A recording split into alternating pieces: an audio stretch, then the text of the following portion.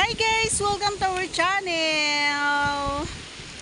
If you're not yet connected to our channel, please do subscribe and click our tiny notification bell so that you'll be updated every time we have a new upload videos. Disclaimer din mga idol, ang video ito ay para lamang po sa may bukas ang kaisipan at may malawak na pang-unawa. At ang ating pag-uusapan naman ngayon ay...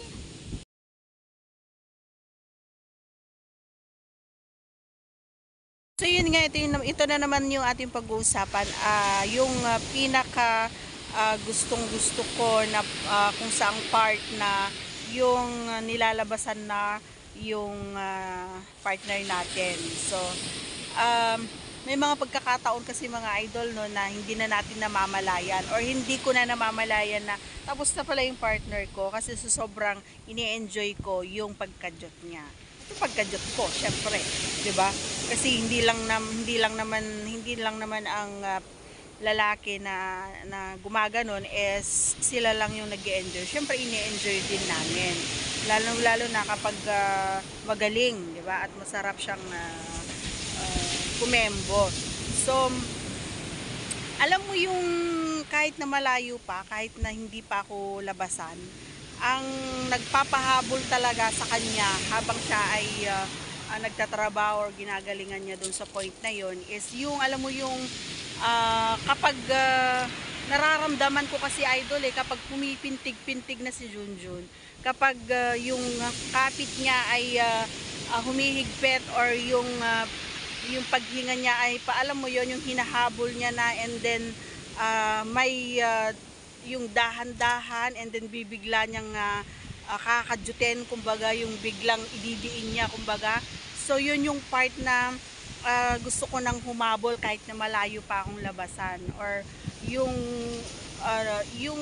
naiisip ko na okay lang kahit matagal. Pero kapag naramdaman ko na yung ganung eksena or yung nakikita ko na yung mga movement niya na yon or yung aura niya na yon is napapahabol ako, gawa nga ng yung pagbigla, yung dahan-dahan and then bigla na pagkadyot niya is alam ko na malapit na siya. So gusto ko syempre lagi kaming sabay. Sino ba naman ang ayaw ng sabay?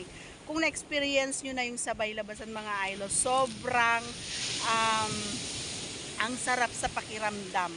Maniwala man kayo sa hindi, pero ako on my experience talagang kakaiba yung pakiramdam kapag nagsabay talaga kayong labasan. Yun yung purpose ko kapag gusto ko nang humabol is yung sabay kami. So no choice din siya kahit gusto niyo na na mauuna siya, pero hindi, humahabol talaga ako idol and gumagawa ako ng way para hindi siya mauna. And ito na yung sinasabi ko na the best part kapag yung lalabasan na siya, yung mabilis na and then yung diin na diin. Yun yung kasi kapag sa una pa lang na pagkadyot ng lalaki, wala yun yung hindi siya malalim. Pero kapag malapit na is yung malalim niya and talagang todo, kumbaga hanggang doon sa kadululuhan talaga is mararamdaman mo yung ulo ng ni Junjun. So yun yung sinasabi ko na masarap na part. Yun yung dulo na masarap. Yan. So that's all for today's video. Ayan, I do hope you enjoy and please don't forget to subscribe and click our tiny notification bell so that you'll be updated every time we have a new upload videos. Thanks for watching everyone. Bye!